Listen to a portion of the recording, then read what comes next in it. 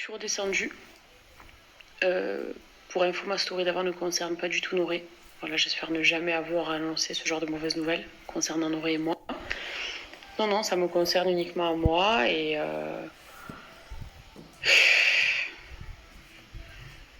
comment rester poli. Alors, je pense que beaucoup d'entre vous qui me connaissent, ceux qui me connaissent depuis le début, depuis longtemps, ceux qui me connaissent depuis peu seulement, vous n'êtes pas passé à côté de ce qui se dit sur moi sur les réseaux sociaux. Ceux qui me connaissent depuis longtemps, vous savez que ça fait plus de 5 ans que ça dure. 5 ans qu'on me harcèle au quotidien, qu'on s'acharne sur moi au quotidien, qu'on me juge sur absolument tout, qu'on critique mon couple, qu'on critique mon rôle de maman, qu'on critique mes enfants, qu'on critique ma vie de femme, qu'on critique mes choix, qu'on critique tout ce que je fais. C'est pas de la simple critique, c'est beaucoup de haine, beaucoup de rage dans les propos et qu'on me lâche tout simplement pas la grappe. Voilà, depuis très longtemps que ça dure et même quand je pense que ça s'arrête pas et je pense que ça s'arrêtera jamais. Ça, voilà, je pense que vous le savez et même ceux qui m'aiment beaucoup me disent qu'ils sont désespérés de voir des choses comme ça se dire sur moi, ou sur mes enfants ou sur mon mari. Mais voilà, vous devez savoir ce qui se dit en général sur certains réseaux en particulier et je suis vraiment la cible d'une certaine catégorie de personnes, d'accord ? Alors il y a ceux qui m'aiment pas et qui disent que c'est bien fait pour ma gueule, ou alors que c'est le prix à payer quand on veut être connu, que c'est le prix à payer quand on partage sa vie, quand on est présent sur les réseaux sociaux, etc. Ok. Il y a ceux qui m'aiment bien et qui sont dégoûtés, qui se disent que c'est tellement injuste et que c'est horrible d'autant s'acharner sur une personne.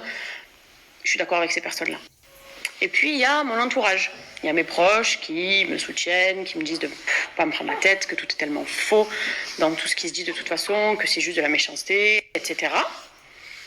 Et là, eh bien, j'apprends que parmi ces proches, justement, eh bien, il y a une personne qui, depuis 3 ans, donc avant que je tombe enceinte de Kenan, une personne à qui j'ai fait que du bien dans ma vie, une personne auprès de qui je ne me suis jamais manquée, une personne pour qui j'ai plus fait que pour certaines autres personnes, justement, dans mon entourage, et bien que cette personne tient un compte sur les réseaux sociaux qui me descend du matin au soir. Depuis 3 ans que ça dure.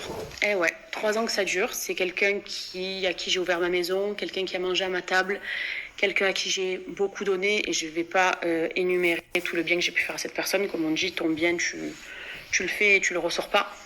Mais c'est ce qui me rend folle en fait. Et c'est de lire les messages qui ont été dits, qui ont été écrits par cette personne-là, la haine qu'il y avait dans les propos, qui a engendré du coup, parce qu'il y a certains messages même qui sont ressortis à des périodes où je me rappelle quand j'étais enceinte, des périodes quand Kenan est né, des choses mais horribles et tellement méchantes, et qui avait parmi tant d'autres méchants messages qui m'avaient touchée à cette époque, et jusqu'à récemment d'ailleurs, et me dire qu'en fait, parmi toutes ces folles, il y en a une qui fait partie de ce qu'il y a autour de moi.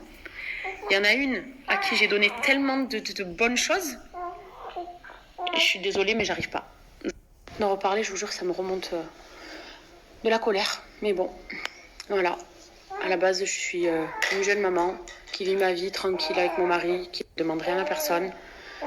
Et d'apprendre des trucs comme ça, je vous jure, c'est dur. C'est dur, voilà. C'est dur déjà dans la vie de tous les jours.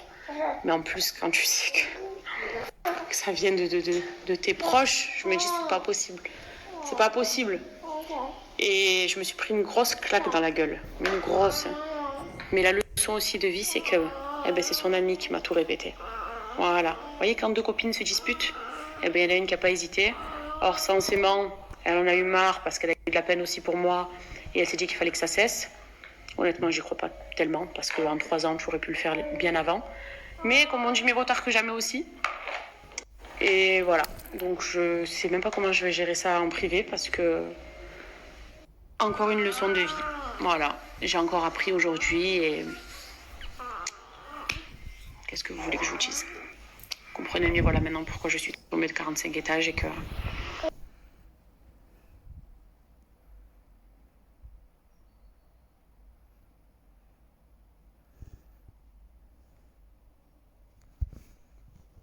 Après, voilà, je vous dis la vérité, je vais pas en reparler.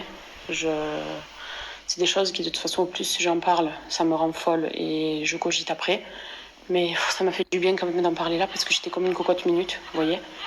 Et puis, je me dis que dans tous les cas, ma vie, moi, elle se résume à mes enfants. Voilà. mes vies qui sont d'ailleurs là, qui dorment pas. On est en plein décalage horaire, c'est dur en ce moment. On est tous KO parce qu'on trouve pas le sommeil, mais bon. On attend surtout Nono.